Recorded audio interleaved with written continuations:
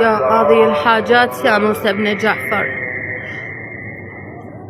أريد إن شاء الله كل من يأذينا أسلم بيدك يا باب الحوائج، كل من يدور خرابي أسلم بيدك يا موسى بن جعفر، كل من يأذيني أسلم بيدك يا باب الحوائج، بعافيته وبحاله يا موسى بن جعفر. وكل من عندها شغلات أعمال وسحر وشعوذة إن شاء الله بيدك أسلمها، وأنا وحدة منهم. أي وحدة تسوي أعمال لأي بشر إن شاء الله لا إلها علاج ولا طبيب ولا دواء يا موسى بن جعفر. شو تقول يا قاضي الحاجات؟